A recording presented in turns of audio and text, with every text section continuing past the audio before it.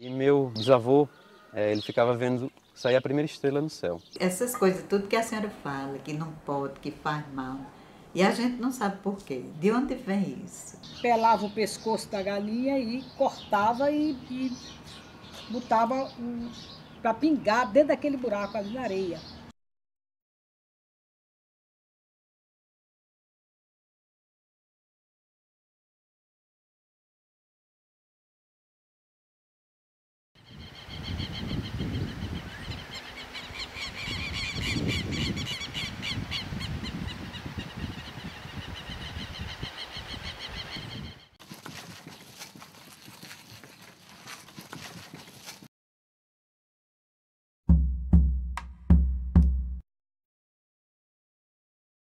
Eu nasci de família católica, minha mãe é católica, meu pai é católico. E tive também uma educação católica, então fui batizado, meus padrinhos foram meus primos, e também fiz a primeira comunhão. Como eu não conheci muito meus avós paternos, aliás, não conheci nada, eles morreram antes que eu tinha nascido, eu sempre tive muita curiosidade para saber como eles eram, a vida deles, os costumes, religião, enfim. E aí eu perguntei a essa minha tia, né? Eu disse, tia, como era meu avô, como era a vida dele lá no sítio, lá em Salgadinho, no Seridó, como era isso? Então ela contou a história que me arrepiou todo. Que a história foi o seguinte, ela disse que alguns dias da semana, a mãe dela penteava ela, arrumava, botava laço, melhor vestido, todo mundo se punha ao redor da mesa e meu bisavô, ele ficava vendo sair a primeira estrela no céu. Então quando saía a primeira estrela no céu, eles se trancavam em casa, a minha bisavó colocava todo mundo à mesa para jantar e acendiam-se as velas e o meu avô, o Manuel Canuto de Oliveira, ele já bem idoso, ele já devia ter pelo menos 80 anos nessa época, porque ele casou tarde. Então ele rezava e cantava numa língua que a minha tia, ela disse que não era o português. E que ela era muito criança, ela tinha uns 5 anos, e ela se divertia muito, porque ela ficava somente balbuciando aquelas canções, aquelas orações que ele fazia. E quando ela me contou essa história, né, isso despertou uma curiosidade grande. Eu disse, pô, que costume é esse que se faz lá no interior, lá no sítio, há mais de 100 anos atrás, né? Que língua era essa que ele rezava? Que dia era esse que ele sentava com a família? Por que eles se trancavam? Né? Então veio muitos questionamentos.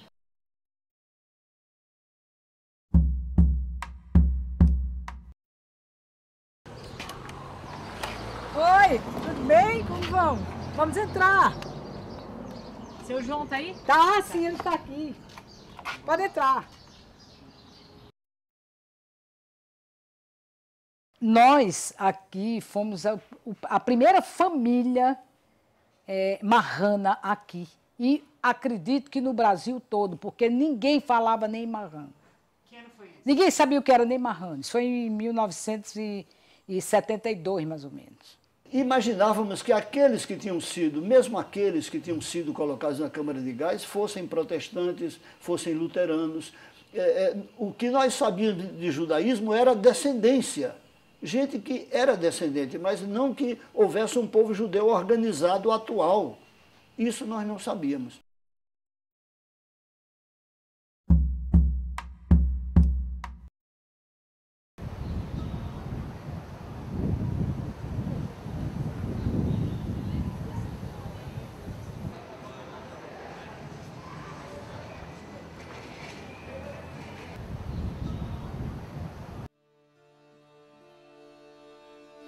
Apenas me restaram lembranças, recordações a que me avizinham, tesouros que são minha herança, guardados com muito carinho.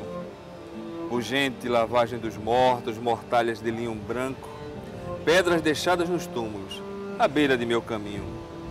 Os salmos de proteção à vida e a reza da primeira lua nova para sarar minhas feridas. E ao entardecer da sexta-feira, as luminosas velas de sábado me trazem a alegria primeira. Eles viviam aqui no Brasil, no sertão, aqui em São Paulo, em Minas Gerais, em Rio de Janeiro, nos engenhos, nas cidades, nas vilas do ouro. eles criaram sociedades secretas, onde eles circulavam entre si, casamentos endogâmicos, e os negócios também eram feitos em grande parte na confiança. Isso trouxe traumas terríveis na personalidade do brasileiro e do português, porque ele, na realidade, ele não sabia o que ele era. E o que ele era? Ele não era nada. Ele não era nem judeu, ele não era nem cristão. Ele era judeu e ele era cristão. Então, esse conflito é um dos aspectos mais interessantes dos estudos sobre a história desse capítulo da história do Brasil. Agora, depois, durante os 300 anos que a Inquisição funcionou, essas sociedades subterrâneas existiram. No momento que a Inquisição foi abolida, nós não sabemos mais o que aconteceu.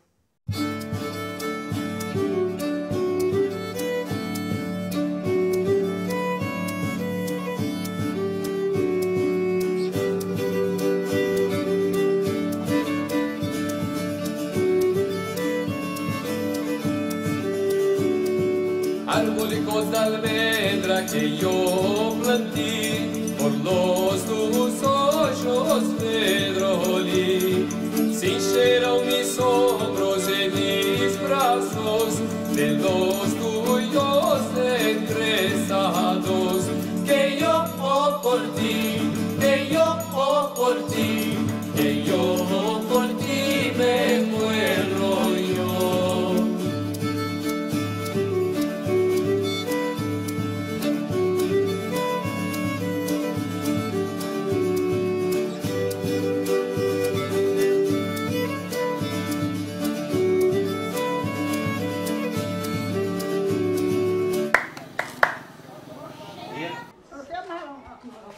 Tia, Mesmo assim, a Josinete também tirou muita coisa.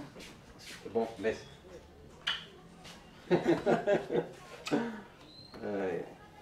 Essa aqui é a casa da minha bisavó, onde ela viveu os últimos anos da vida dela. Ela nasceu no sítio, na cidade de Pedra Lavrada, que faz divisa com outros municípios aqui próximos. E viveu muito tempo no sítio, né? Teve os filhos lá e acho que ela, mais ou menos uns 50, 60 anos, ela veio morar atrás, ela veio morar aqui. Essa aqui é Minervina, a avó da minha mãe. E aqui, se aproximar mais, dá pra ver direitinho. A gente foi criado em Campina Grande um pouco distante daqui, da convivência desse grupo familiar aqui nosso. E sempre tivemos muita curiosidade de vir pra cá, de conhecer a bisavó, os primos. Porque aqui nessa cidade que é pequenininha, tem 3 mil habitantes só, praticamente 80% da família é primo. Se não é primo por parte da avó, é primo por parte do avô. Mas todo mundo tem um grau de primo. E não interessa se é primo de 2º, 3º, 4º, 5º ou 6º grau. Todo mundo é primo, é uma grande família. E todo mundo é responsável por todo mundo.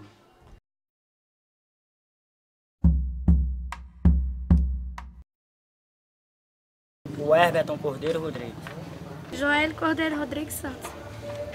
Nelda Cordeiro Costa. Maria da Luz Cordeiro de Brito. Selma Cordeiro Gonçalves. Da minha família matrilinear veio toda daqui, né? Então eu vim para cá pesquisar na igreja os documentos que eram da minha avó, da minha bisavó, e porque todo mundo dizia que nós éramos a família era de Pedra Lavrada. E uma coisa curiosa que eu descobri é que no documento dela estava lá, Minervina, filha de fulano Cordeiro, natural dos Porcos do Seridó. Então, o que é os Porcos do Seridó? Né?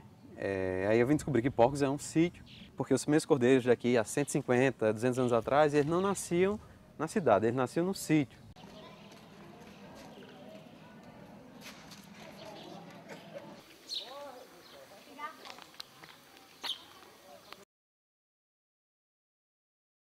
A metade da população é cordeiro. Essa foto aí dos cordeiros? Tem meus bisavós. Será que a gente podia gravar essa foto? Um dos primeiros cordeiros. Esses aqui, eles são primos da minha bisavó.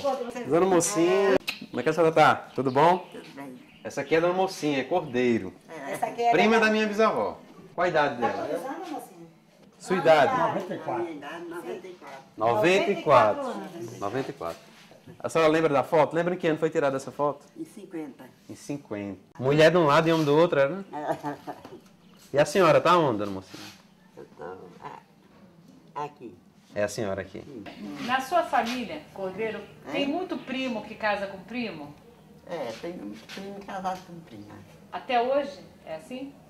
Eu pelo menos, ele é primo.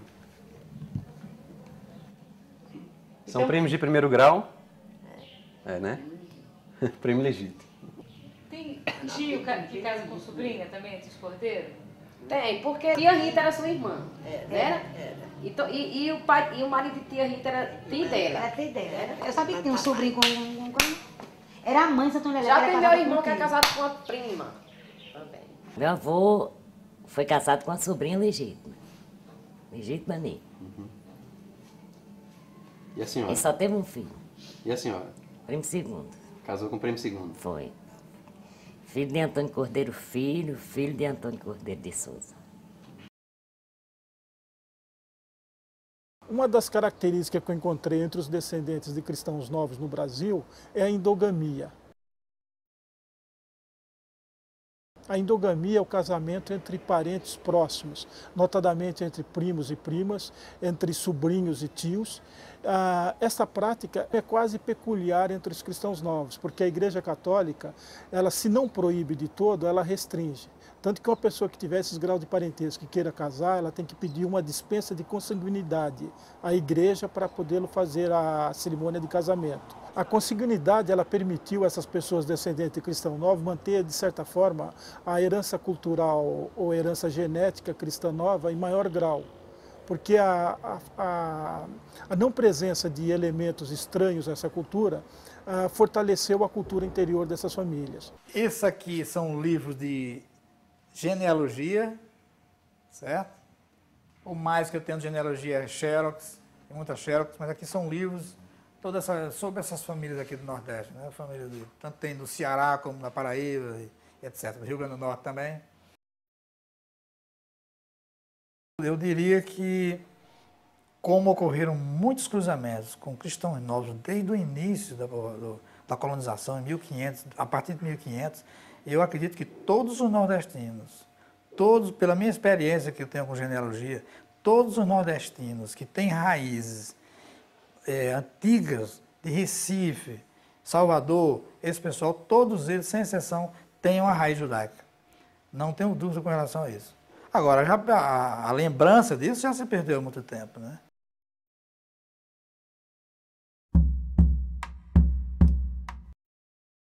Mostrar minha camisa? Vira. Para virar as costas.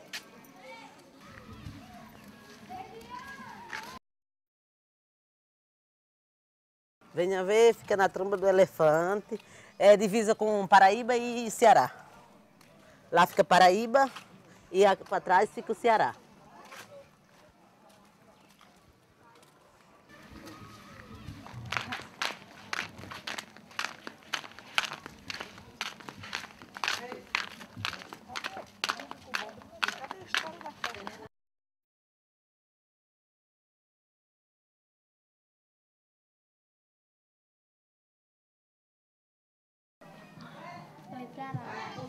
Todos nasceram aqui em Vinha no sofá? Todos. Você também nasceu? Eu nasci aqui, só que eu me criei em São Miguel. Aí eu vim morar aqui de volta, já tinha 12 anos. Vem aqui, o Emerson. Pequenininha parece com Anjinho Barroco. Ei, menino.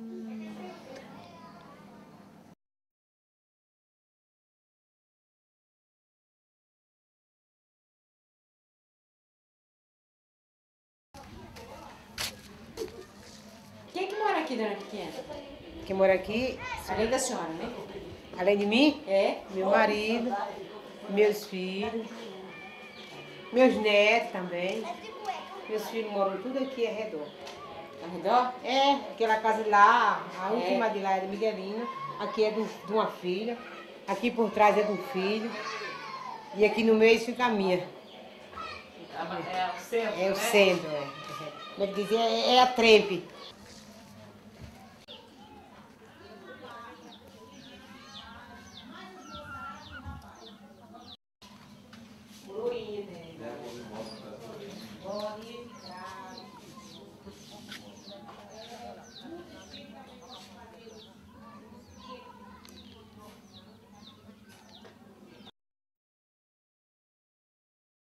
Minha família é família Bernardo, aqui no Venha Ver. Todas são 4 famílias, né? Tudo é primo, é sobrinho, é cunhado, Quais são as famílias? é tio, é Bernardo, Tomás, Roseno e Roberto. Roberto, são 4 famílias. Há muito tempo que é assim? Essa família já é muito conhecida aqui dentro, é muito velha essa família.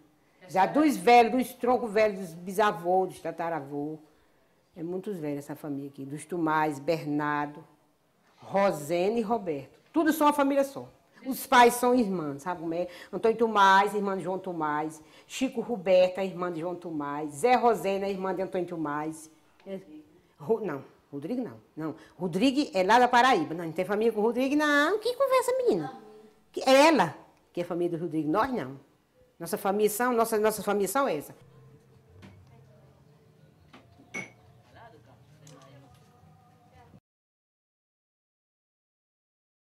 Mostra a sua casa um pouco pra gente. Minha casa, minha mãe, olha o que é uma cumbuca velha dessa.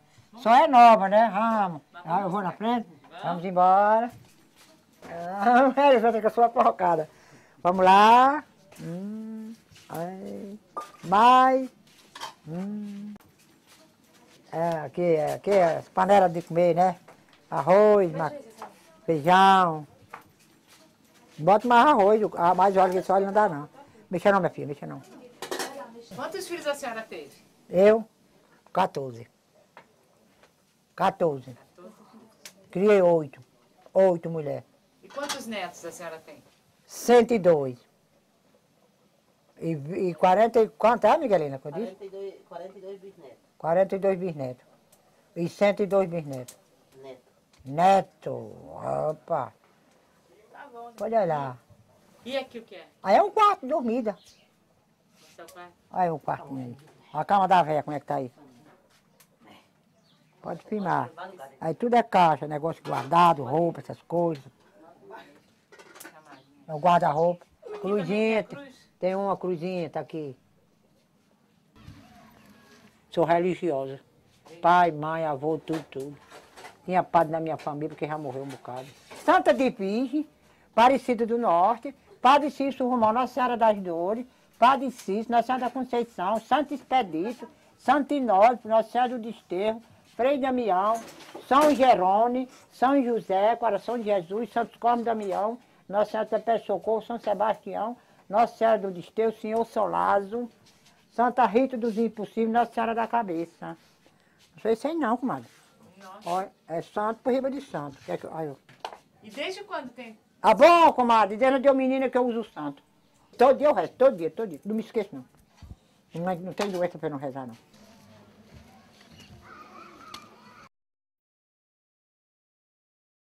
Tanto existem famílias que têm consciência, e muitos até retornaram ao judaísmo, depois que souberam, ou os pais e os avós descontaram que eles tinham origens judaicas, e tem outras que não sabem absolutamente nada, mas seguem certos costumes religiosamente. Eu conheço casos incríveis de famílias aqui que seguem costumes tipicamente judaicos e que elas não sabem por quê. Ô anjo, por que estás esperando por uma diferença que está se rezando? Da clara aberta, o Senhor sai fora, acompanhe este anjo que vai para a glória. Os mais idosos preferem se enterrar na terra limpa. O que é enterrar na terra limpa? Eu acho que até é uma coisa deles não se enterrar em caixão, se enterra lá na terra limpa. Ah, é direto na terra? Direto na terra, tira do caixão e põe na terra. E primeiro não tinha caixão, no tempo deu nascida pra cá, não tinha caixão, no tempo do meu pai, dos meus avós, não tinha caixão. Mas agora tem caixão. Agora tem caixão. Tem, mas eu não quero me enterrar em caixão, eu quero me enterrar no chão. Por quê? Porque não quero, mulher. A terra é quem come nós. Terra limpa, tem aqui. Ali, essas duas cruzes aqui que são meu avô, são meu avô e meu tio. Naquela dali também é meu tio. Aqui está minha avó, minha tia, que foi a que criou minha mãe. Ela é tia e avó de criação, que nós chamamos. E aqui está enterrado o meu primo, que eu falei que no dia que ele faleceu, que eu fui beber água do pote, disseram que não era para eu beber porque a alma ia tomar banho. Quando morre uma pessoa, tem muita gente que tira água dos potes, joga no mato e enche os potes de novo. Por quê? Porque diz que o ciclo da morte daquela criatura, daquele defunto, fica no pote. Quando o meu marido morreu, eu fiz. Aí se ainda está vivo, e eu morro primeiro daquele que eu acho que é eu mesmo. E o que a senhora fez, então? Joguei no mato a água, pronto. Aí enchi o pote de novo. O povo encheu, eu não. E quando a senhora volta do cemitério, depois que como teve o... Quer voltar ao cemitério? Chega, toma, lava os pés, lava as mãos se pegar em terra por lá, lava o rosto, querendo trocar a roupa, troca, e não querendo, ninguém pega no defunto. Pronto. Todos que morrem aqui se enterram com mortalha. Aqui é mortalha mesmo, né? Aqui todo mundo é de mortalha? É, todo mundo, todo mundo. Todo mundo é de mortalha aqui. É homem, é mulher, tudo. A não ser que vem algumas já preparadas dos hospitais, né? Aí já enterra aquela roupa que vem então, lá. Fala mais um pouco pra gente como é que é o que é a mortalha, como é que se faz uma mortalha? É a senhora que corta a mortalha? Não, eu não corto. Eu nunca cortei uma mortalha, nunca cortei. O povo corta e eu costuro. Já costurei umas 3 mortalhas. Costuro na minha máquina mesmo. Como é que é? Aqueles pontão grandes. A máquina tem os pontos miúdos e o ponto graúdo, né? Aí a última, eu baixo aquele negocinho que tem de puxar a linha. A última é bem graudão. Aí fica o ponto bem graúdo. Aí eu já passo bem graudão, sabe? É quase mesmo que nem está costurando na mão. Só que é um ponto mais graúdo. Porque o povo fala que faz mal costurar. É da antiguidade mesmo de se faz mal costurar dando nó. Voltando o ponto, sabe? Amarrando. Tem que ser direto. Cortava as unhas à noite do defunto e dava o banho. Aí para poder vestir a mortalha e botar ajeitar no caixão. Assim Do meu filhinho que morreu, eu dei banho e amortalhei. A gente botava até fazia de papelão, uma coroazinha na cabeça também, com a cruzinha. Ele era pequeno quando 7 meses quando ele morreu. A mortalha tem que ter 7 braças.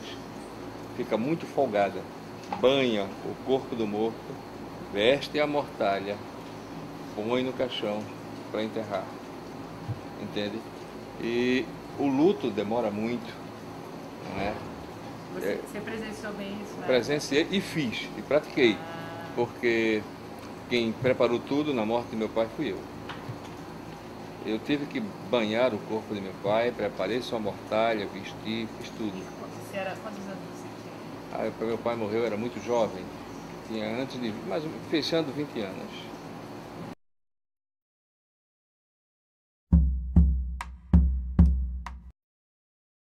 Estamos dentro do cemitério aqui, o cemitério.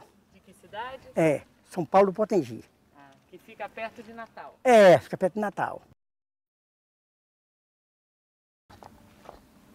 O senhor vai levar a gente aonde agora? Aqui na capelinha, onde estão os caixões dos defuntos. Que cachorros são esses? São uns 6 cachorros mais. Diz que é o caixão da Alzheimer, diz, né? Que é o caixão da Alzheimer. Aí a pessoa vai, vem uma pessoa buscar, a pessoa vai e entrega. Mas sempre nunca procura não. Isso acaba aqui, vai pro lixo, isso acaba aqui mesmo. Nunca procura não.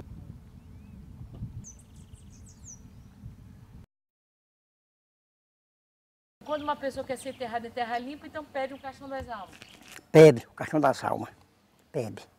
O caixão Pois é. das almas leva o corpo até onde a terra... É, até a cova, aí de lá nós tira e traz pra cá de novo. O caixão abre E volta para trás de novo, para a capela de novo. e o corpo fica na terra? Fica na terra. Caixão das almas.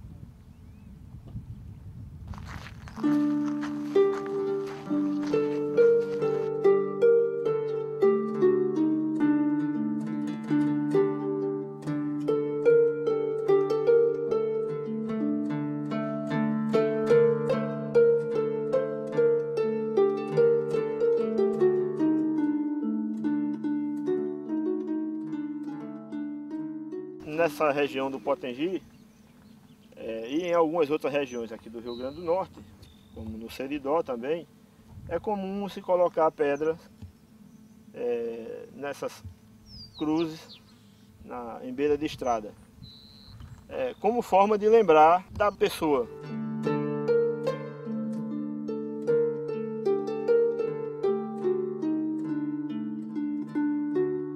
No judaísmo também há uma tradição de se colocar pedra sobre o túmulo para lembrar da pessoa que se foi. Com certeza, alguns colocam essas pedras, talvez com consciência, e outros até de forma inconsciente, mas o que importa é que está sendo preservado, na verdade, uma tradição dos nossos ancestrais e que não é um costume católico.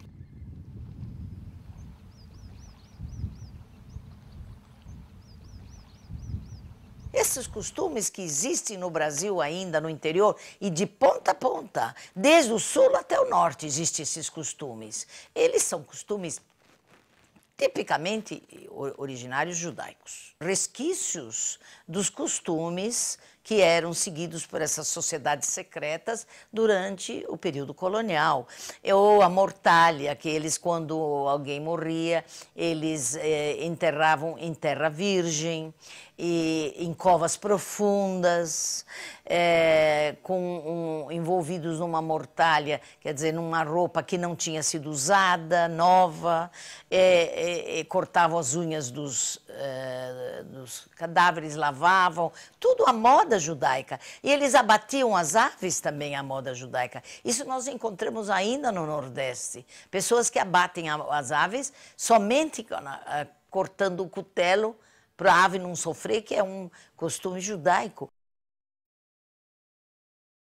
Minha mãe me ensinava quando eu era pequena, que ela ia matar a galinha, que elas criavam galinha no quintal e matava, e antes de matar, elas faziam um buraquinho no chão, na areia, e ali pelava o pescoço da galinha e cortava e botava para pingar dentro daquele buraco ali na areia. E eu perguntei, muito inocentemente, não sabia por quê, mas perguntei para ela por que ela fazia aquilo. Ela disse o seguinte: porque ali, aquele sangue, era a vida do animal. E a vida do animal não se podia comer. Alguém quer checar se o outro é marrano, se tem os mesmos costumes que ele. Isso não procede. Veja que estivemos séculos debaixo de uma perseguição metódica, sistemática, intensiva e constante. Então não foi possível guardar tudo, não foi possível dissimular para transmitir tudo. Alguma coisa foi conservada, outras coisas se perderam para umas famílias, mas foi conservado por outras famílias. Por exemplo, na minha família e na família da Marlene, minha esposa, há costumes que uma família conservou e a outra não, e vice-versa. Por exemplo, em nossa família, em minha família, nossa família praticava a circuncisão, a Brit Milá dos meninos. Lá no interior da Paraíba, do Rio Grande do Norte, nós tomávamos banho nus, porque esse era o costume até pouco tempo. Os homens tinham seu horário e as mulheres não olhavam, e as mulheres tinham seu horário e os homens não olhavam. Então, como nós tomávamos banhos, pai, filho, tios, primos, sobrinhos, todo mundo junto, nós podíamos constatar que nós éramos todos, de nossa família, todos nós éramos circuncisados.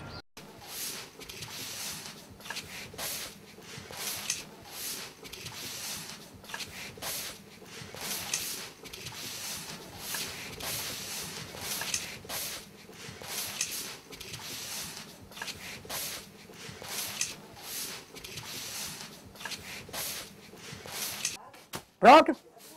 Aí a porta da frente? Da cozinha. Ai, na porta da frente não pode fazer isso. Pode, mais pra cá. Tem que bater pra aí, né? É. Não pode passar e pular. Não. Por quê? Porque ele disse que faz mal, bota a fortuna pra fora. Faz mal, por desde a antiguidade, a gente tá com isso na cabeça. Nunca barro para varrer, para passar na porta da frente, não. Eu barro os quartos, barro a sala, volto, barro outro quarto, aí varro a cozinha, aí levo o lixo pela porta da cozinha. Por que não leva pela da frente? É porque o povo tem um cisma, né? É já na antiguidade, não barrer o cisma para a porta da frente, porque diz que carrega fortuna. Os comerciantes mesmo fazem isso. Não barra o comércio para jogar lixo fora. Tem que juntar no cantinho, apanhar com a pá, que diz que carrega fortuna. Isso eu acho que seja mais ilusão do povo antigo, né?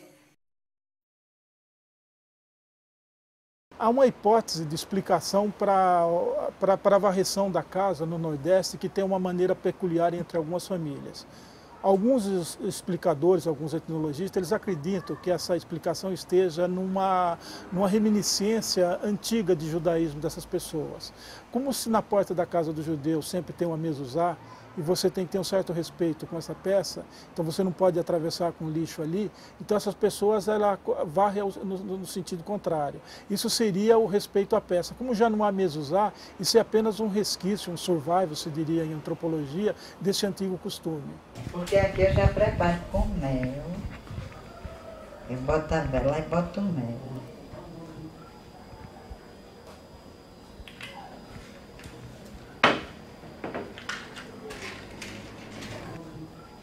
Aí eu levo lá pro quarto, tá sempre lá.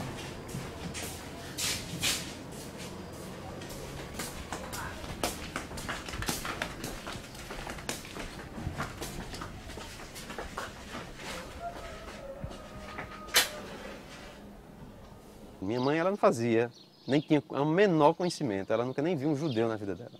Né? Nem eu também tinha visto até então, não conhecia pessoalmente.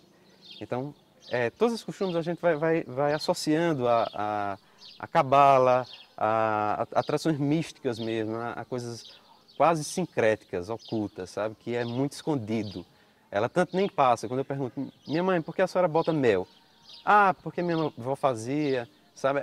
Ela sempre explica, tem uma explicação convincente e confortável, mas você sempre percebe um mistério, sabe? Uma coisa que... sabe, quase uma coisa familiar. E também é passada aquela coisa, é o costume nosso. Não é do vizinho, né, para que o vizinho conheça. É o costume que é feito dentro de casa, né, para os seus.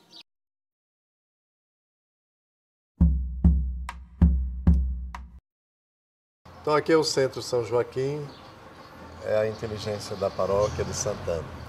A paróquia de Santana é a primeira de todo o Seridó, mais antiga, é a mãe de todas.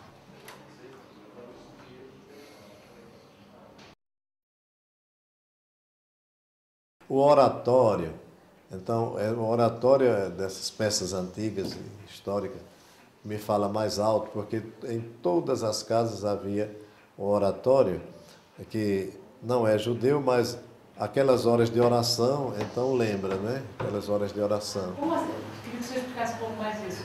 Sim. Como as horas de oração? Assim. Por exemplo, no clarear do dia, sempre a família estava rezando, a família estava pelo menos o chefe de família rezava meio-dia, rezava de noite, sabe? Aquelas horas de oração. Bom, então havia muito a prática do cristianismo católico, mas muito ligada àquelas bases. Tá onde, oratório? Não foi que o pai, professor? Não foi que o pai fez. Quer que eu mostre aqui?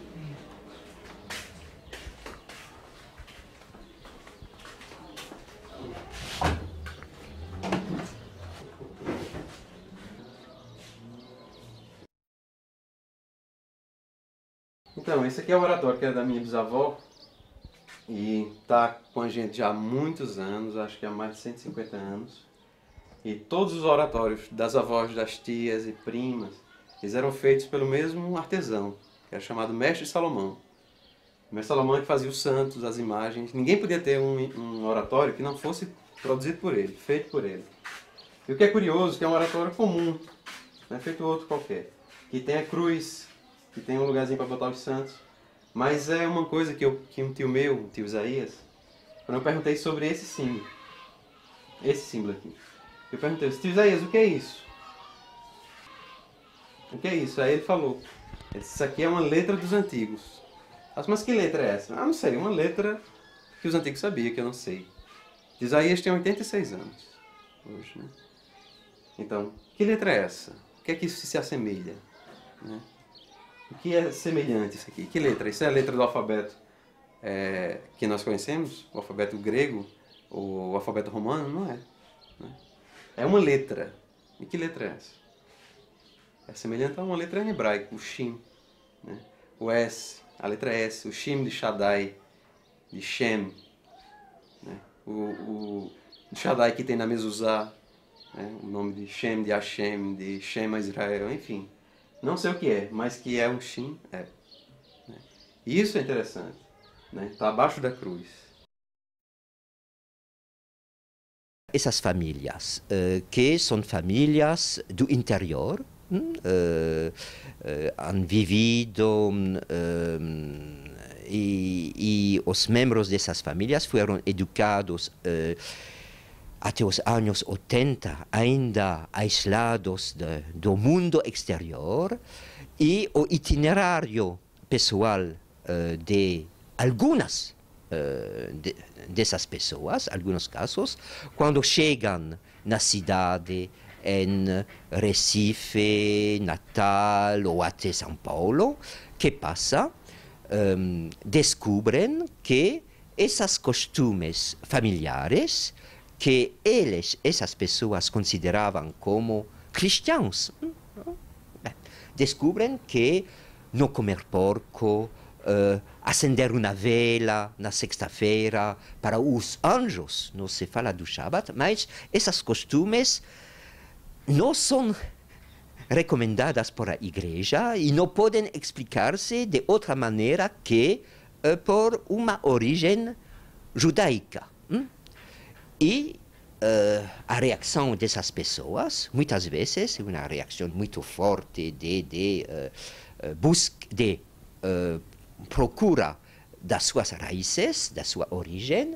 Muitas famílias do Nordeste, como de todo o Brasil, são descendentes desses cristãos novos e, como no tempo da colônia, nas mesmas famílias encontramos cristãos sinceros e com uma fé cristã muito forte, e na mesma família, judaizantes na época, e hoje, pessoas que retornam ao judaísmo nas mesmas famílias. E a situação hoje é tão complicada, tão complexa, como antigamente no tempo da colônia. Nunca ouvi da parte do senhor cardeal, filho do Seridó, Dom Eugênio de Araújo Sales, que é cardeal do Rio de Janeiro até ontem, da parte dos senhores bispos, os bispos que já passaram por mim, e o povo cristão e religioso e autoridades religiosas, nunca houve a menor crítica a esse meu acreditar e esse meu desejo de que a cultura judaica seja expandida e que nós tenhamos a prova por A e B que descendemos de Abraão. Nunca. Ou esse título que dão por aí, o padre judeu, nunca. Inclusive, está aqui no cabeçalho do meu bloco.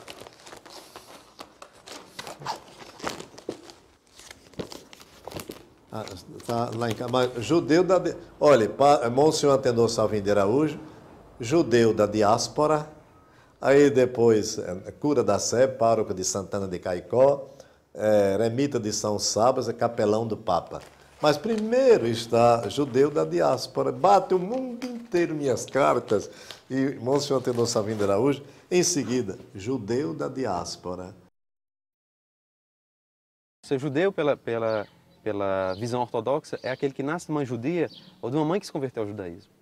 Né? Então, se minha mãe é de origem marrana, se a avó dela é marrana, se a bisavó é marrana e assim por diante, eu também sou marrano. Eu sou cristão novo. Eu sou anusim. Né? Eu sou filho de enforçado. Né? Então, eu não preciso mais da conversão. A conversão não cabe mais a mim. Porque eu não sou um gentil, eu não sou um não-judeu, eu sou um judeu. Um judeu que se assimilou, que perdeu os costumes, que se afastou da tradição, que deixou de guardar tal costume ou outro, mas que guarda alguns costumes, que tem uma porção de Torá, né? E isso me faz ser judeu. A comunidade judaica oficial, ela está isenta, poderíamos assim dizer, de culpa do desconhecimento, ou seja, desconhecer não há culpabilidade em desconhecer. Em virtude de não ter conhecimento daquilo que não é parte de sua própria história, porque essa é parte da nossa história e não dessa comunidade advinda do leste da Europa, que tem 70 anos em Recife.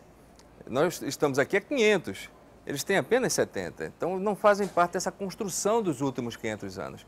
Então nós sabemos que por desconhecimento eles não poderiam ter uma outra atitude a não ser o choque.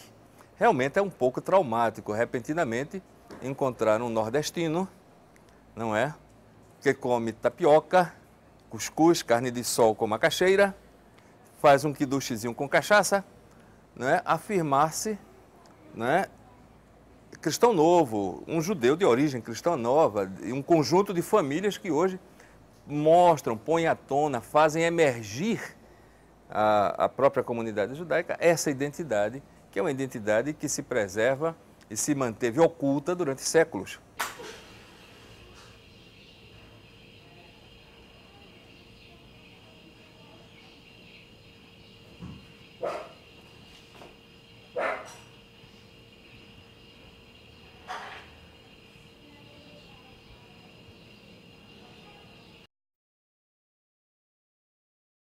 Baruch Adonai Eloheinu melech haolam, asher kiddushanu bevladav v'etzon hadliknel shel Shabbat.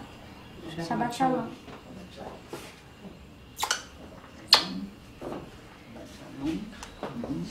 Shabbat Shalom.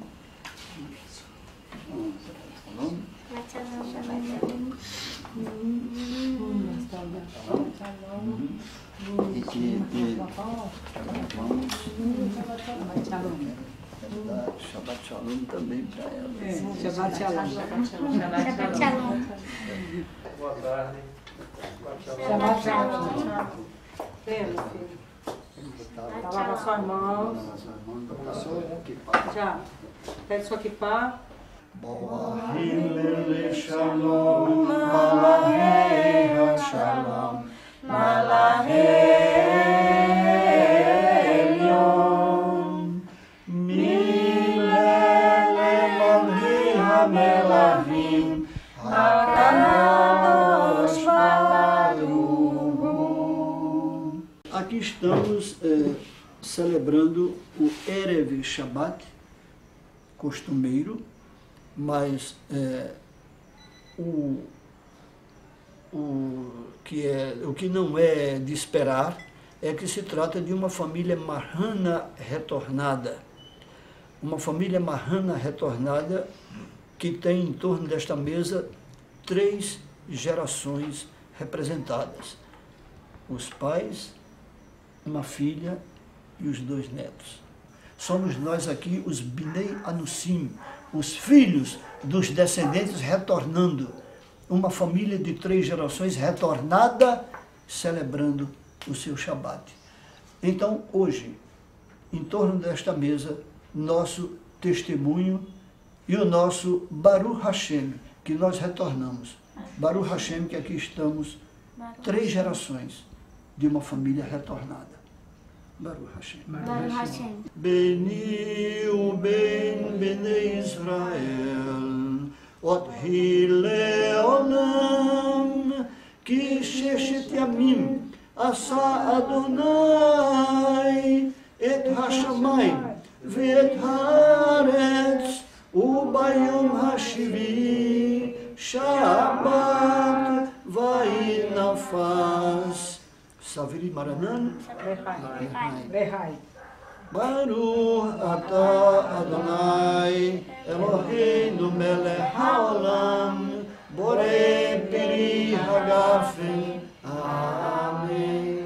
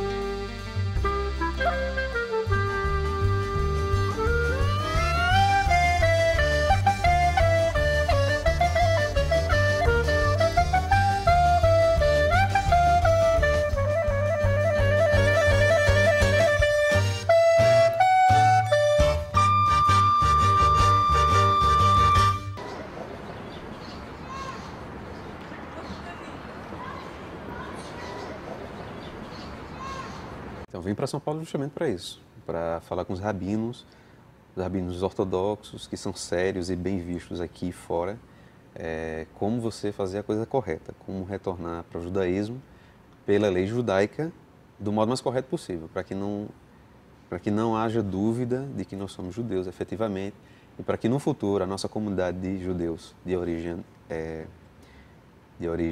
de Anusim não tenha problema no futuro, para que nossos filhos não tenham problema. Foi para efetivar, na verdade, buscar orientação de como efetivar a nossa situação diante do Rabinato de Israel, do Estado de Israel, da religiosidade judaica, da comunidade judaica do Brasil. A gente está falando sobre a ortodoxia, porque, pelo que a gente vê, outras linhas judaicas, conservadora, liberal, reformista, eles realizam esse retorno. Exatamente. Esse retorno e as conversões, elas são feitas no Brasil na linha conservadora e liberal, mas ela não é reconhecida pela ortodoxia nem pelo Estado de Israel, efetivamente. E conversões e retorno, até então, até hoje, ortodoxos, eles não são feitos no Brasil. Até hoje. Sou rabino com muito orgulho da Sinagoga do Bnei Akiva daqui de São Paulo, que é uma comunidade jovem. Eu sou rabino ortodoxo, mas eu não gosto dessa palavra.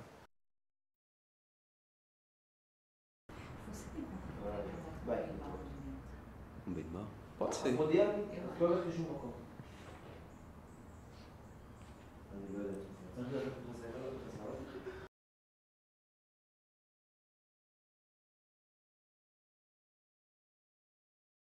Uma coisa típica da imigração é que imigram primeiro homens e depois as mulheres. Então, migrando os homens procurando mulheres, pegaram mulheres locais. Isso deu muito problema. Nos anos 20 chegou para cá, para a Argentina, um rabino chamado David Sutton, Raham David Sutton. E ele viu que a situação era muito grave em relação ao matrimônio misto, etc, etc. Então ele achou por bem de fechar essa porta, porque ele conta lá. Ele diz essa história, ele diz, eu vi, aí eu perguntava, o que é que vocês fizeram? Não, eu peguei ela, coloquei ela num banho, sei lá, eu dei para ela um banho, ela é judia agora, acabou. Óbvio que isso não se faz dessa forma, isso é uma coisa muito ingênua fazer uma coisa dessa, isso destrói o judaísmo. Então ele achou por bem fechar essa porta e ele decretou que na Argentina, ou na cidade de Buenos Aires, não se fariam mais conversões da comunidade dele. Como ele, antes de imigrar para a Argentina, ele passou uns anos em Israel, ele tinha um contato com os grandes rabinos de Israel. E eles apoiaram a decisão dele. E como aqui em São Paulo tem uma grande comunidade Halabi, Síria, eles adotaram essa decisão dos irmãos deles lá da Argentina, e depois também foi para o México. E já deu um tipo de moda assim, que não se converte. Dizer que é proibido, não sei se é para dizer. Não é óbvio que seja proibido, mas que ninguém faz, ninguém faz. Eu não vou fazer também. Nem se nem colocar minha cabeça embaixo da guilhotina, eu não faço. De jeito nenhum. A conversão é um processo que ele é aberto para qualquer pessoa que não nasceu judia, ao menos que não tenha uma mãe judia, que quer se juntar ao povo judeu. Principalmente, essa pessoa ela tem que demonstrar uma vontade bem clara que ela vai viver uma vida judaica. Isso é conversão. O que quer dizer retorno? Retorno quer dizer que essa pessoa ela é potencialmente um judeu. Só que perdeu o contato com o povo judeu, assim, perdeu o contato direto com o povo judeu por causa de imigração, por causa de perseguição, por causa de etc. Mas guardou uma certa identidade judaica e ele consegue provar que ele é de ascendência judaica, que os avós, os bisavós, etc, etc. Seja pelo nome, pelo lugar de nascimento, pelas tradições de casa, pela cidade, etc. E nesse caso o processo é muito simples, porque esta pessoa ela é um judeu, só que tem que comparecer ante um tribunal para reconhecer esse fato que ela é judia. E nesse caso é só uma coisa formal.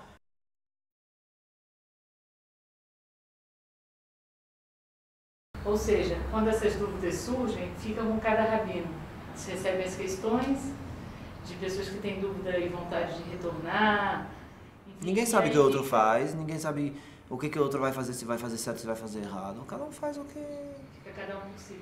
Cada um por si. Vou te dizer, deve ser muito dolorido uma pessoa pensar que ele é judeu e ninguém reconhece isso de fato, entendeu? Isso é muito chato. É chatíssimo. Agora, imagina que você casa, nenhum rabino ortodoxo vai te casar. Nenhum. Se eu me namorar com uma moça ortodoxa. Vai ser uma Vou catástrofe.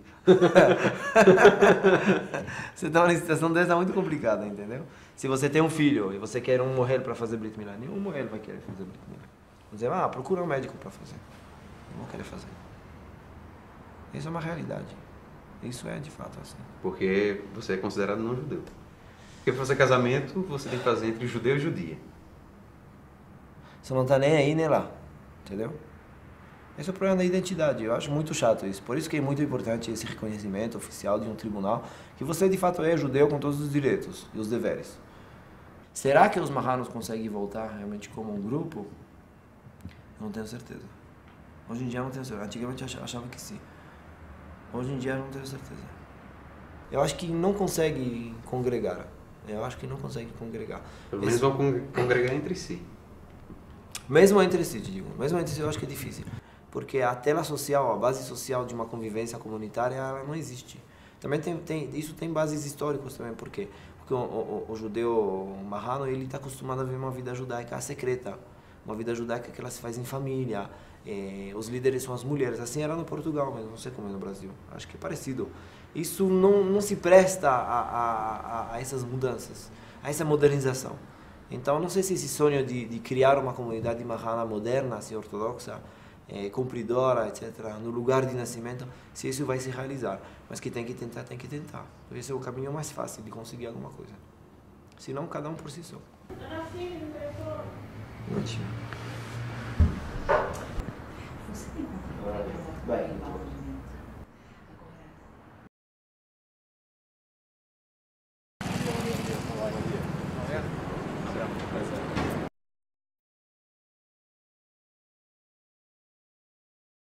A lei judaica diz que judeu é aquele que nasceu de uma ventre de uma mãe judia.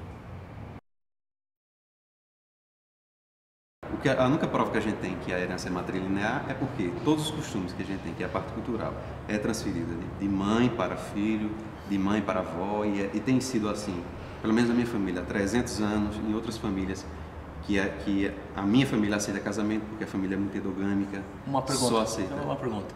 Se uma dessas famílias, nesses 300 anos, adotou uma criança, como que é feito aqui, na minha comunidade aqui, tem várias famílias que, por N razões, adotaram crianças, foram criados como judeus. O halachá não considera eles judeus ou judias se eles não vão fazer um processo de conversão. A gente quer um retorno, a gente não quer conversão. Eu falo por mim e falo pelas pessoas que eu conheço. E retorno como era feito. Nós somos descendentes, oralmente e pelos documentos, nossos sobrenomes são portugueses. É uma prova histórica que nós somos de Portugal. Então, os judeus portugueses, a gente quer essa herança, a gente quer voltar para esse judaísmo. Ok. Né? Ou seja, o contato primário e o mais importante é com um órgão de Israel ou dos Estados Unidos. Eu acho que Israel seria melhor, que eles vão formalizar esse processo. E é muito importante, Luciano, você dos dois lados, não deixar que o nome desse processo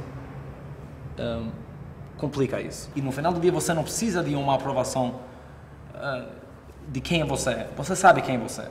Mas a questão é não se você é judeu ou não é judeu. Você não me perguntou isso. Você me perguntou como ser aceito na comunidade mundial ortodoxa. Eu entendo alguém que vai usar uma outra linguagem porque não está usando o coração, está simplesmente pegando a lente da halachá. A tua mãe é judia, sim ou não? Você não tem certeza? Então, conversão de dúvida. Que seja assim. Eu acho que isso não pode, eu acho que parte do objetivo teu é para tentar passar por cima desta palavra, importantíssimo para vocês, não minimizando isso, e para vocês não se ofenderem de uma palavra que talvez vai ser insensível emocionalmente, mas vai ser uma maneira, não tem na lei, infelizmente, os Anosim é uma história triste. Então, quando Deus deu a Torá, Ele não escreveu uma lei especial para os Anosim. Então, a gente aplica retorno ou conversão. Chama de retorno, deixa que um outro chama de uma conversão de dúvida. No final do dia, é o mesmo processo. O retorno, no final do dia, é alguém que quer praticar o judaísmo. Então, no final do dia, é a mesma coisa.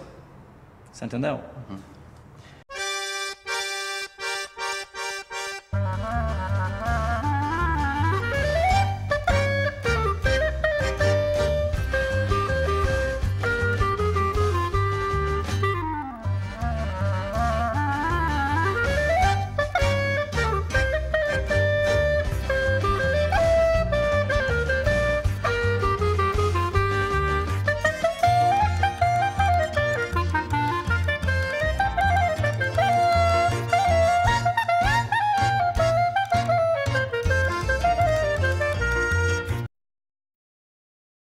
Eu sou uma pessoa religiosa do meu jeito. Não... Entende?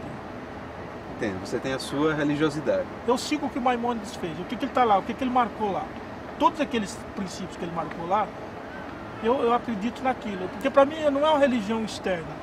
O judaísmo, eu não precisei... Quando você converte, é que você tinha uma crença anterior e você substitui por outra. Eu não tive crença anterior. Eu toda a vida cria naquilo. Eu acreditava que tinha um Deus único, que esse Deus era imaterial, que vinha uma Mashiach. Eu acreditava tudo isso.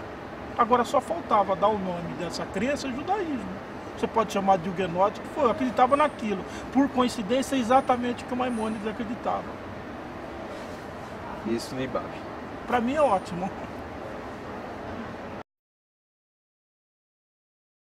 Parte religiosa você vive bem, independente de reconhecimento ortodoxo ou não. É porque a coisa que começa do judaísmo não é catolicismo, não tem uma autoridade central.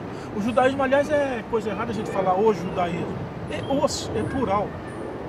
É o seguinte, você tem uma situação idealizada e você acredita que o mundo gira em torno dessa situação idealizada. E não é assim. O judeu é igualzinho a todos os povos da terra. É uma religião. Se você levar a sério, ótimo. Se não, aí você vê como vê placa aqui aqui na hebraica, estava dizendo assim, tome conta das suas coisas, dos seus pertences. Quer dizer que tem gente que furta. É um povo igualzinho aos outros, não tem nenhum problema. Agora, o que diferencia é essa ligação com a religião, essa ligação com Deus.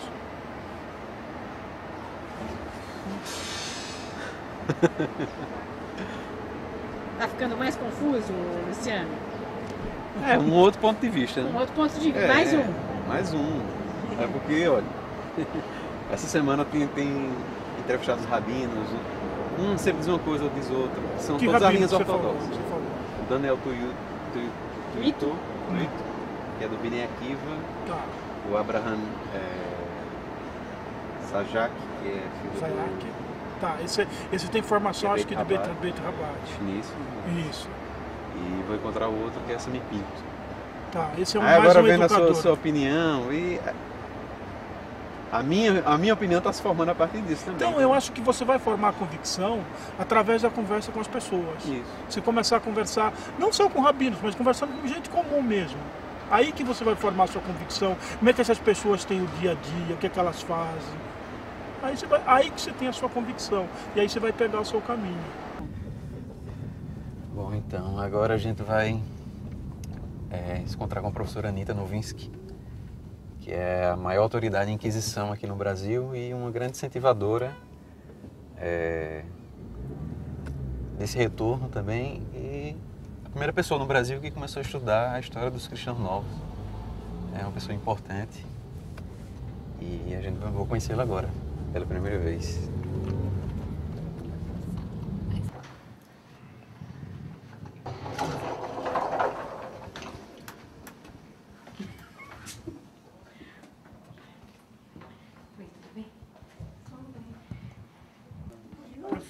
Professora. Olá. Você vai bem? Então, muito Como prazer, vai? viu? Tudo bom? Muito prazer. Olha, Luciano, isso aqui é um grupo que faz estudos sobre o marranismo. Ah, é? O Luciano é médico. Pois eu sou o objeto de estudo de você. Ele é médico e ele é marrano. É marrano. Ex-marrano. O que você diz? Ex-marrano? Ex-marrano. Já se achou. Mas você, agora conta pra nós um pouco da sua... Ah, não vai filmar eu desse jeito assim. Que é isso? Deixa eu me arrumar um pouco. Então, o Luciano vai contar pra gente um pouco. Nós estudamos o marranismo, né? E você vai... Agora temos um exemplo na praxis. Vivo. Uma coisa legal que acho que os estudiosos têm que pegar é o vocabulário.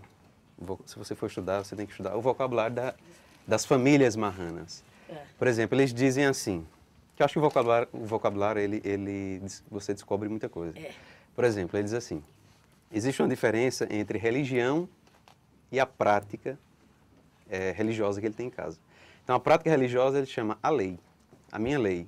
E quando ele fala de religião, ele não, religião é coisa para padre, é coisa para igreja.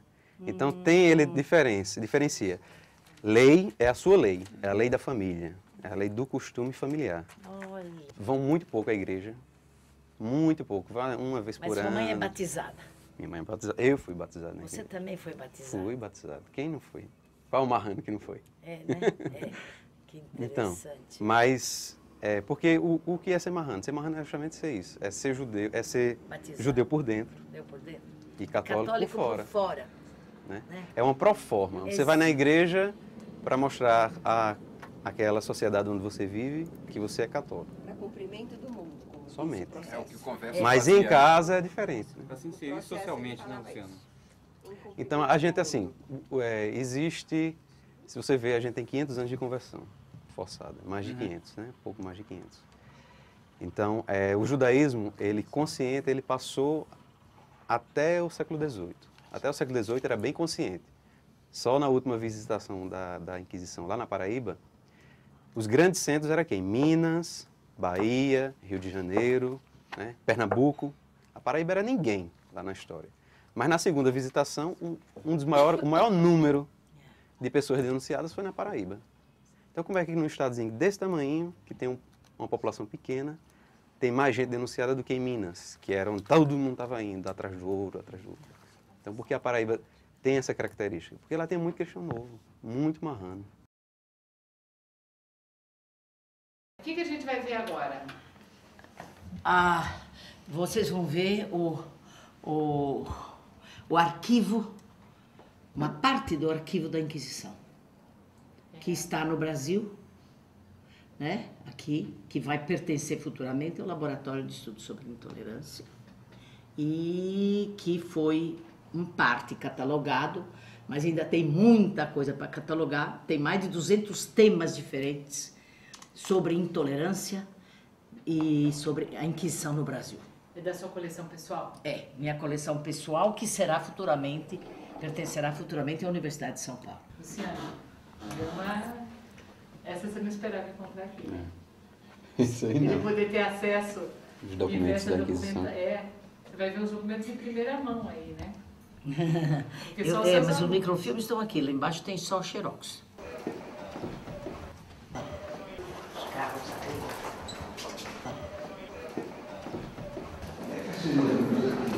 Eu acendi. Eles vão pintando aqui agora. Entra. Olha. Aqui. Olha aqui. Cópias de autos de fé. Depois aqui também, documentos sobre Paraíba, São Paulo, Bahia, Pernambuco, Minas Gerais, Alagoas. O Brasil inteiro está aqui. Aqui tem 500 anos de memória de documentos. Cada caixa dessa tem documentos originais que eu vou mostrar para vocês. Por exemplo, vamos pegar uma caixa qualquer, né? Que é processo... vamos pegar o processo da Paraíba, que ele é da Paraíba, né? Isso são processos. Olha. Onde vieram esses processos? Eu microfilmei eles todos na Torre do Tombo. Todos, então, das suas Todos pesquisas? estes são da Torre do Tombo. Tá vendo? Essa aqui, ó, tá vendo? Olha aqui. Aqui, não sei quantos microfilmes tem, se tem 1000 imagens, não sei quantas. É a vida da Branca de Figueroa, que com 72 anos foi presa na Paraíba. Foi levada para Portugal e foi condenada, né? Porque a Inquisição não absolvia jamais. Esses aqui, por exemplo, caixa 29. Aqui, por exemplo, tem Felipa da Fonseca, Mariana Pacheca Bezerra, importante família Bezerra da Paraíba do Nordeste, Guiomar Nunes Bezerra, Diogo Nunes Tomás, com 82 anos ele foi preso na Paraíba e levado para Portugal.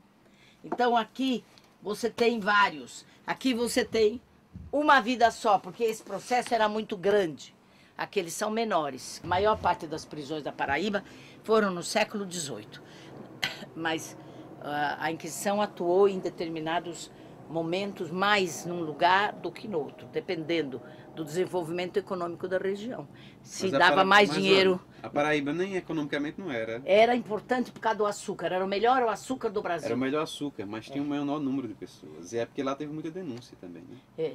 Não, teve denúncias já no século XVI, porque você sabe que os cristãos novos da Paraíba são muito antigos. Eles são desde o século XVI, das primeiras colonizações. Lagoas ali, Aracaju, tudo, e depois foram para Paraíba. Mas a maior parte foram fugitivos na época da expulsão dos judeus junto com os holandeses. E muitos que não queriam sair foram ingressando mais, penetrando pelo sertão. Esses documentos todos, eles são provas históricas de que os cristãos novos existiam lá no Nordeste e no Brasil. Depois do século XVIII, não há mais Inquisição, não há mais documentos. Criou não existe documentos que comprovam esses Não, existem documentos até o fim do século XVIII. No século XIX, a Inquisição acabou e ninguém sabe o que aconteceu com aquela gente. Ficou quietas, porque não teve mais prisões. Exato, então não tem mais prova histórica do século XVIII. Não, o aliás, que tem sobre o século XIX, quem está desenterrando é agora. Certo. O que aconteceu no século XIX, quem está desenterrando é você. Você é um produto desse século que ninguém sabe o que aconteceu, mas aí agora, de repente, no século XXI, emerge. Você é uma realidade. Você não é uma fantasia. E você é uma consequência deste século XVIII, que depois ficou mais ou menos calado lá no Nordeste, ninguém sabia o que aconteceu com eles, mas eles ficaram continuando a viver. Eles continuaram a viver, continuaram a praticar, e como você tem o Odimar, tem outros, né, que também vivem lá, que são os remanescentes daqueles que durante 400 anos foram perseguidos, 500 anos foram perseguidos, 400 anos, 300 anos foram perseguidos. Na realidade, eles foram perseguidos durante 300 anos. Né? Depois, no século XIX, que é o 400 anos, eles já não tem mais notícias sobre ele. Depois, no século XX, aparece outra vez em Belmonte, na Chuetas, em Majorca. Aqui, nesse arquivo, tem a memória histórica. Mas você representa a religião vivida. Não é a memória, é a vida. É diferente. Por isso a preciosidade da colaboração dele. Não é? É verdade.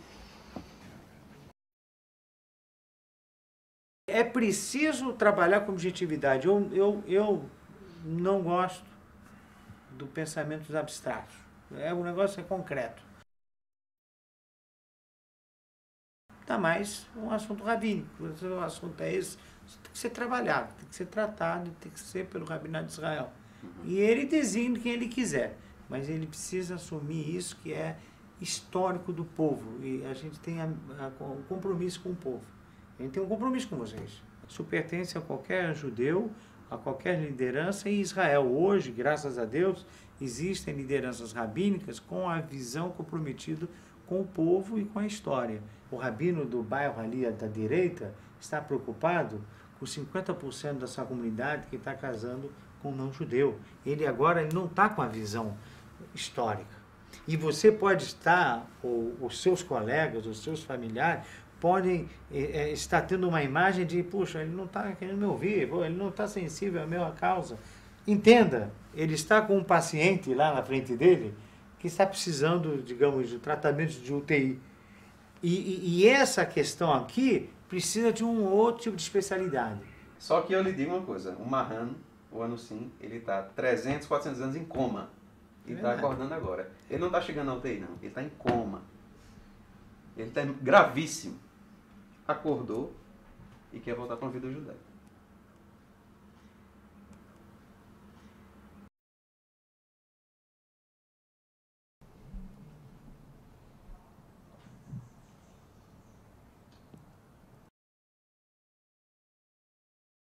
Es cierto de que en el pasado existió una resistencia de parte de Israel, no por mala voluntad, sino, como expliqué al principio, por falta de conocimiento. El tema de los Anusim no era un tema conocido en Israel. Y es sorprendente, es un milagro que hoy en día, 500 años después, el tema comienza nuevamente a tener más y más interés. Sobre todo cuando los rabinos en Israel ven que hay personas serias, con buena voluntad, que vienen a Israel y se presentan como Anusim, esa es la mejor presentación y eso inmediatamente permite una relación personal. Hasta hoy en día no había relación personal entre rabinos en Israel y descendientes de Anusim en Brasil. Entonces espero que ahora se pueda fortificar el vínculo. La institución a la cual pertenezco, a Mishav, con mucho gusto está dispuesta a hacer el vínculo, el puente entre los Anusim y el Estado y el Rabinato de Israel. Y es muy difícil asumir compromiso en este primer momento, pero la voluntad de ayudar y de acompañar sin duda existe en Amishav y en el Estado de Israel. Para mim, judaísmo e ser judeu não é apenas a religião. A religião é uma das partes do judaísmo, mas não é todo o judaísmo. O judaísmo é um fenômeno muito mais complexo. E eu acho que esse sentir é um estado de alma, é sentir-se. E se existem raízes, se existem reminiscências, se existe sentimento que liga e que vincula esses brasileiros hoje com o seu passado, eles têm todo o direito de serem considerados por nós judeus como judeus, se eles optarem por isso. Se eles optarem por isso. Tem um ditado judaico que diz assim, eu não sei exatamente como é, mas é uma corda que é partida e você dá um nó, ela é duplamente forte onde foi partida. Então, se você é um Anusim, teve uma ruptura do judaísmo, não total, e hoje dá um nó, hoje você retorna para o judaísmo, é duplamente. Então, uma fé que você tinha pequena, hoje é uma fé 1000 vezes maior. Então, o Anusim que volta, ele volta mesmo. A questão religiosa não é o problema mesmo é a tolerância. Agora, hoje em dia, veja bem, a minha casa, desde as minhas crianças bem pequenininhas, eu eduquei dentro do judaísmo oficial, ou seja, se faz Kabbalat Shabbat, comida de Shabbat é preparada na sexta-feira, eu faço Havdalah em casa, guardo os Minhagim, ou seja, todas as festas, eu faço tudo em casa, jejum de Yom Kippur, os outros jejuns, eu mantenho a minha tradição dentro da minha casa, leitura de Torá, a Parashá HaShavua. Agora, é uma história distinta, meus filhos já têm uma consciência judaica um pouco distinta da minha. Eu acho que isso é o que faz uma pequena diferença. Contudo, eu não deixo que eles esqueçam, não permito jamais que eles esqueçam, enquanto eu tiver vida, da tradição dos seus antepassados. Olha, vocês são de origem cristã nova, vocês são marranos. Embora vivam o judaísmo oficial, vocês são marranos. E nós temos essa bênção, essa reza, esse costume, e assim vai levando, sem esquecer, com um olho para trás, ou seja, olhando os antepassados, mas com um olho no futuro, na nossa realidade judaica. Essa pergunta me recorda a conclusão do filme de Frédéric Brenner sobre os marranos de Belmonte. Frédéric Brenner pergunta a Dona Emília o que ela pensa da evolução do grupo marrano de Belmonte com agora uma sinagoga oficial e o retorno então ao judaísmo normativo. Então, Dona Emília responde, bem, essa religião da sinagoga, toda essa maneira nova de praticar, isso acho que é muito bom para meus filhos. Mas, para mim, não é o que meus pais me ensinaram. E a mim me parece que nessa conclusão de Dona Emília aparece como uma saudade, a saudade da religiosidade marrana, religiosidade marrana que fundamentalmente é uma prática clandestina, segreta. O valor supremo da religiosidade marrana e o segredo. E com o retorno oficial ao judaísmo, que é inevitável, se perde essa dimensão segreta que é uma parte fundamental do maranismo. No começo eu dizia, nada, Luciana, não, a religião da gente não é essa católica mesmo, não é? Aí ele dizia, não mãe, mas de onde vem essas coisas que a senhora diz pra gente? Aí começava a mostrar, né? Disse, não, deve ter alguma coisa aqui, eu vou procurar, vou pesquisar. Porque, assim, ó, essas coisas, tudo que a senhora fala, que não pode, que faz mal, e a gente não sabe por quê, de onde vem isso. E a senhora achava que era da religião católica, né? Aí eu digo, você é quem sabe. Aí depois ele começou a me explicar e eu fui entendendo, eu digo, é mesmo. Eu até falo para os outros meus filhos, isso que ele... Mas a senhora continua católica? Eu continuo, né, na minha religião ainda, não sei. Eu acho que o judaísmo ele tem um dever com os marranos. Eu, pessoalmente, aprendi muito com os marranos, não como historiador. Aprendi muito como rabino. Eu tive muitas aulas de fé judaica com os marranos de Belmonte, falando sério. Porque a fé deles é fantástica. Eles têm uma convicção assim, daquele jeito de antigamente. Antes que o judaísmo se politizou, antes que o judaísmo se decepcionou de si mesmo, antes que ele entrou na crise que ele está hoje em dia. Aquele judaísmo simples, sabe? Eu e Deus, ponto final. E o judaísmo também, na imagem deles, era uma coisa só, que hoje em dia é difícil vender essa imagem, porque a gente está tendo uma desestruturação do judaísmo, mesmo dentro da ortodoxia tem vários grupos que brigam entre eles, não sei o que, não sei o que. Tem muita coisa maravilhosa, mas tem muita coisa que preocupa mesmo, que são tendências preocupantes, mesmo em Israel. E nosso é um dever, como religiosamente a gente acha, que na época da Geulah, na época do fim, assim, quando vai chegar o Mashiach, os judeus perdidos vão se reunir. E a gente acredita, rabinos como eu acreditam, que isso faz parte dessa reunião do povo judeu. Que os judeus dispersos, os judeus que sacrificaram sua vida, se escondendo, fazendo de conta que não eram, que se eram, que não sei o que, todos esses judeus perdidos pelos 4 cantos do mundo, o profeta diz que eles vão voltar. E a gente acredita que eles estão voltando. E você é um deles, eu acredito. Mas tem que fazer as coisas certas.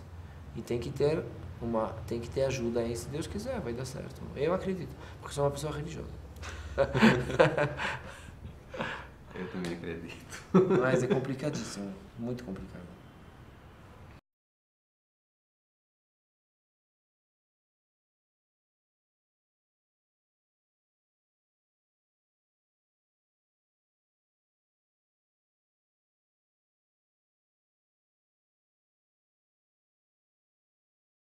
עוד בלבב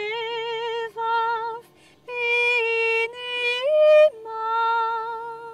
נפש יהודי הומיה ולפתי מזרח קדימה עין לציון סוף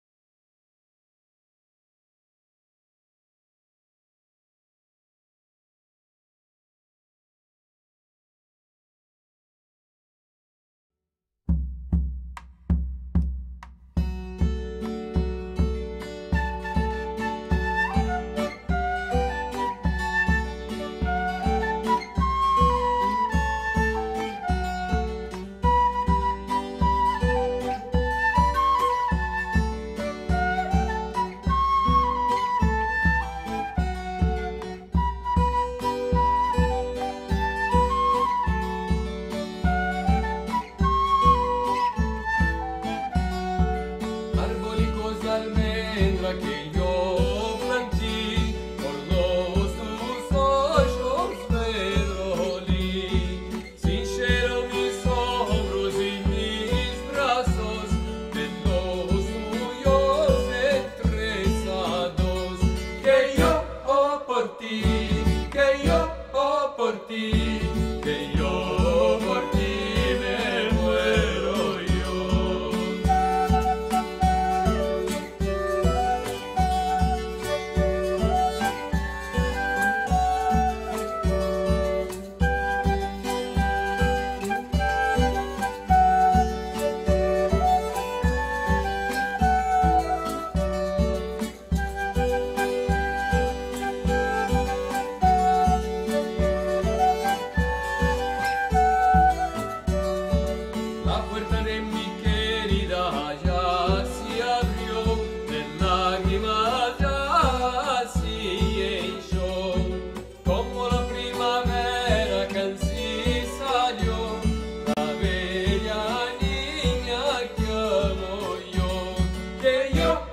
Por ti, que yo por ti, que